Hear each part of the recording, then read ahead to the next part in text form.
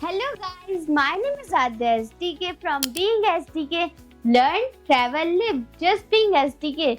दोस्तों, हर super hero की कहानी में एक ऐसा पल आता है जब वो नीचे गिरता है, लेकिन असली सुपर हीरो वही है जो दोबारा खड़ा होता है। एक तरफ मार्वल जो 1990 के दशक में $2 तक गिर गए थे और दूसरी तरफ रॉबर्ट डाउन जूनियर जिसे दुनिया ड्रग एडिक्ट कंट्रोवर्शियल सबसे खतरनाक भर्ती कहते थे।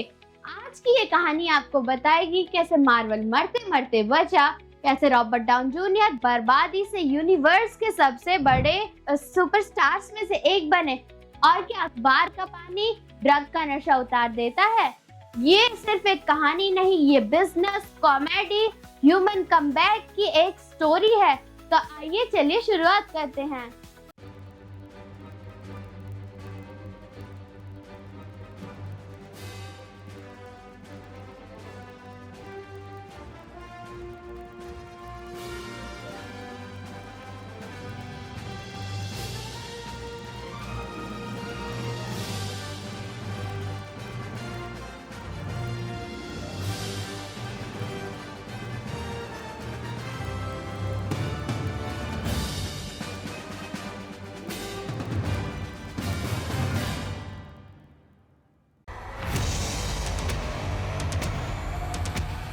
नाइनटीन 1960 से 1980 तक मार्वल एक धीरे धीरे उभरती हुई कंपनी थी। Stan Lee, Jack Kirby, Steve Ditko ने एक्स-मैन, स्पाइडरमैन, आयरन मैन और हल्क जैसे कैरेक्टर्स को बना के मार्वल को पहचान दिलाई। लेकिन असली धमाका 1980 के अंत और 1990 के शुरुआती सालों में आया। उस साल की खास बातें ये थी कि लोगों को कॉमिक्स पढ़ने से ज्यादा कलेक्ट करना अच्छा लगता था। इन्वेस्टर्स कॉमिक्स को एक गोल्डन चांस समझते थे। लोग एक ही कॉमिक्स की 10-10 कॉपी रखते थे। वो सोचते थे कि अगले नेक्स्ट 5 सालों में ये कॉमिक्स लाखों की बिकेंगी। मार्वल की प्रिंटिंग प्रेस दिन रात भर काम करती रहती थी। एक्स-मैन 1 1991 में उसकी 50 से 60 लाख कॉपियां छपी। मार्वल का शेयर 70% आने लगा और स्टोर्स के बाहर लंबी लंबी लाइन लग गई थी। मार्वल को लगा कि हम अजय हैं, लेकिन असली धमाका अभी आने वाला था। 1989 में नील पेरलमैन नाम के एक अरबपति ने मार्वल को $82.5 मिलियन से खरीद लिया था।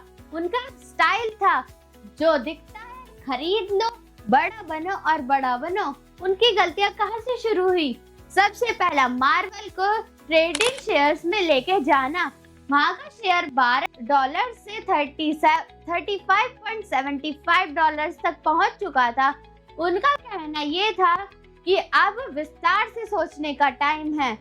दूसरा, गलत खरीदारी। 1992 में उन्होंने फ्लेयर ट्रेडिंग कंपनी खरीदी, 93 में उन्होंने पेन एंड स्टिकर्स खरीदे और 1994 में हीरोज वर्ल्ड डिस्ट्रीब्यूशन कंपनी खरीद ली।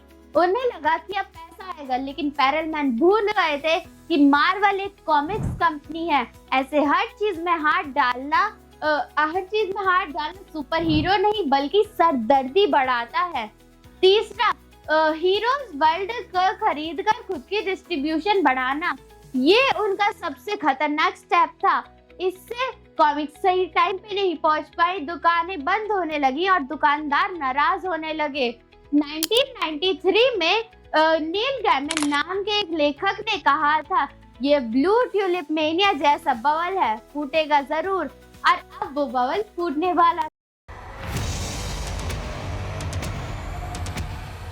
1993 में अचानक से कॉमिक्स का बाजार ढह गया था। इन्वेस्टर्स खुद कॉमिक्स बेचने लग गए थे और सिर्फ 6 महीनों में 70% कॉमिक्स बाजार खत्म हो गया था। अमेरिकन कॉमिक्स का बाजार आधा रह गया था।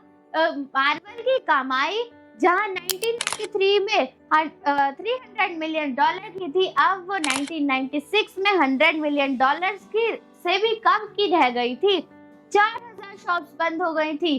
फ्लेयर बैठा रह गया, पेनियन बैठा रह गया और हीरोज वर्ल्ड तो डूब ही गया था। चोट पर पर नमक वाली बात, मार्वल ने अपनी अपनी कॉमिक्स का प्राइस $0.75 से $1.95 तक का बढ़ा दिया था। मार्वल का कर्जा $700 मिलियन से लेकर $1 बिलियन तक बढ़ गया था। मार्वल्स को अपने फेमस सुपर हीरोज जैसे कि X Men, Fantastic Four, Hulk, Spider Man ये सब बेचने पड़े। अब मार्वल्स अपने बच्चों को ही कह नहीं सकता था कि ये हमारे कैरेक्टर्स हैं। आयरन मैन ने अपने शेयर होल्डर को बिना बताए कोर्ट में सीधे दिवालियापन के पेपर सबमिट कर दिए थे। इन्वेस्टर कार्ल इंक और आयरन मैन कोर्ट में भिड़ गए थे। 1996 में मार्वल का शेयर $35 से $2 तक गिर गया था। मार्वल को लगा कि अब सब खत्म हो गया है, लेकिन अभी कहानी बाकी थी।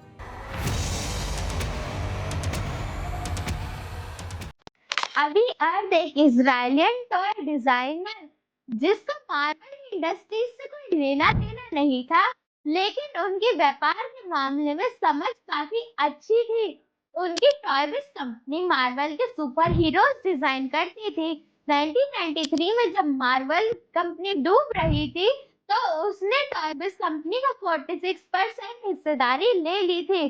अभी अर्थ को मार्वल की फिल्म्स का प्रमुख बनाया गया और उन्होंने मार्वल को कहा कि आप अपने सुपर हीरोज बेचते बेचते थक गए होंगे, तो आप सुपर हीरो बेचने की जगह मूवी बनाइए।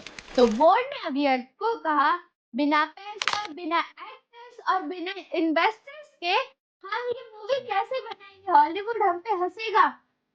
तो अभी अर्थ ने उस मार्वल के बोर्ड को कहा कि शॉर्ट फिल्म्स बनाइए, बड़ी मूवी नहीं। और यही से शुरुआत हुई मार्वल सिनेमैटिक यूनिवर्स के बीच।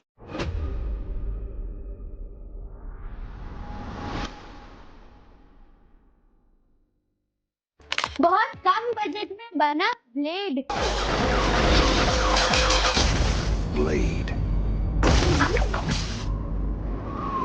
हीरोज भी मेंस्टिक नहीं थे, लेकिन लोग ब्लेड की पॉपुलैरिटी को देख के लोग शॉक हो गए थे। $331 मिलियन कमाए। मार्वल को लगा कि हम लोग मूवी बना सकते हैं और लोग देखेंगे भी। ब्लेड की सफलता इज इक्वल्स टू मार्वल के दिल में एक नई उम्मीद।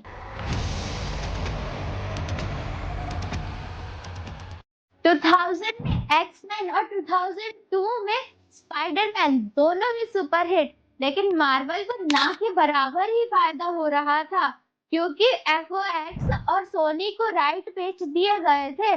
मार्वल तो सिर्फ नाम का ही मालिक रह गया था और पैसा भी और सारी कंपनीज को चला जाता था। मार्वल अभी भी कंगाल था।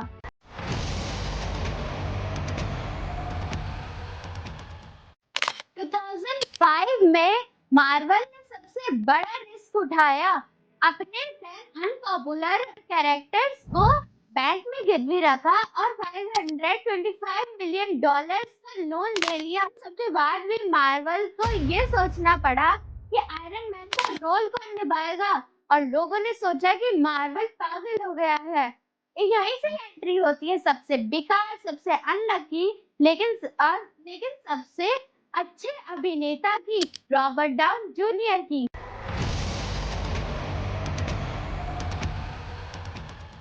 आरडीजे हॉलीवुड के एक चमकते हुए सितारे थे, लेकिन उनकी एक आदत ने उनकी पूरी जिंदगी खत्म कर दी, ड्रग एडिक्शन की। बचपन में ही उनके पिता ने उन्हें कई तरीके के ड्रग्स टेस्ट करवाए थे और 90s तक आते आते फिल्मों से निकाले जाना, जेल, कई बार गिरफ्तार, 6 मंथ रिहैब और इंश्योरेंस कंपनी ने उन्हें अनहायरेबल कह दिया था। आरडीजे अंदर से टूट चुके थे, लेकिन हॉलीवुड का एक नियम था, addicted hero is equals to flop film. लेकिन मार्वल ने उन्हें चुना और दुनिया इसे देख के शॉक हो गई।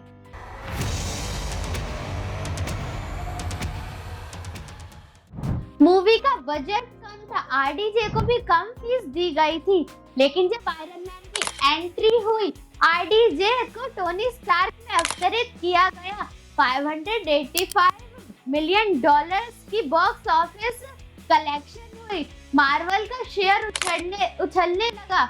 लोगों को मार्वल्स की फिल्म्स अच्छी लगने लगी और पोस्ट क्रेडिट सीन जब निक फ्यूरी की एंट्री हुई एवेंजर इनिशिएटिव्स में, ये सिर्फ एक सीन नहीं था, ये मूवीज की इंडस्ट्री में एक बहुत बड़ा मोड़ था।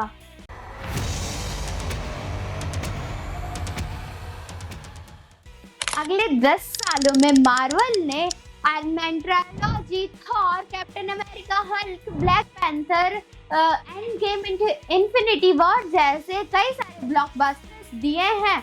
डिज्नी ने मार्वल को $4 बिलियन में खरीद लिया। $2 तक गिरा हुआ शेयर $125 तक बढ़ गया। मार्वल अमर हो गया, आरडीजे अमर हो गए।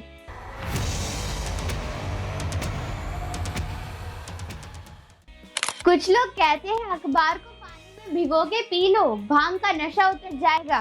साइंटिस्ट क्या कहते हैं? इंक में केमिकल होते हैं, वो केमिकल हमारे शरीर को खराब कर सकते हैं।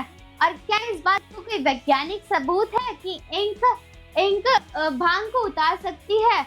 ये सिर्फ ये इफेक्ट होता है जिससे हमारे दिमाग को लगता है कि हमें आराम मिला, लेकिन डॉक्टर्स कहते हैं नींबू पानी, इलेक्ट्रोलाइट, आराम, हल्का खाना और खूब सारा पानी पीने से भांग का नशा उतरा जा सकता है। मार्वल और आरडीजे की कहानी हमें सिखाती है, जो मानता है वही हारता है, लेकिन जो उठ के खड़ा होता है वही इतिहास बनाता है। ऐसी और डीप सर्च डॉक्यूमेंट्री अगर आपको पसंद आए तो नीचे कमेंट कीजिए मोर पार्ट प्लीज। ऐसी और मोर वीडियोस के साथ हम जल्दी मिलेंगे। उससे पहले हमारे चैनल बीइंग एसडीके को लाइक करें, सब्सक्राइब करें और हमारी वीडियोस को खूब ज्यादा प्यार दें। तब तक के लिए टेक केयर एंड बाय।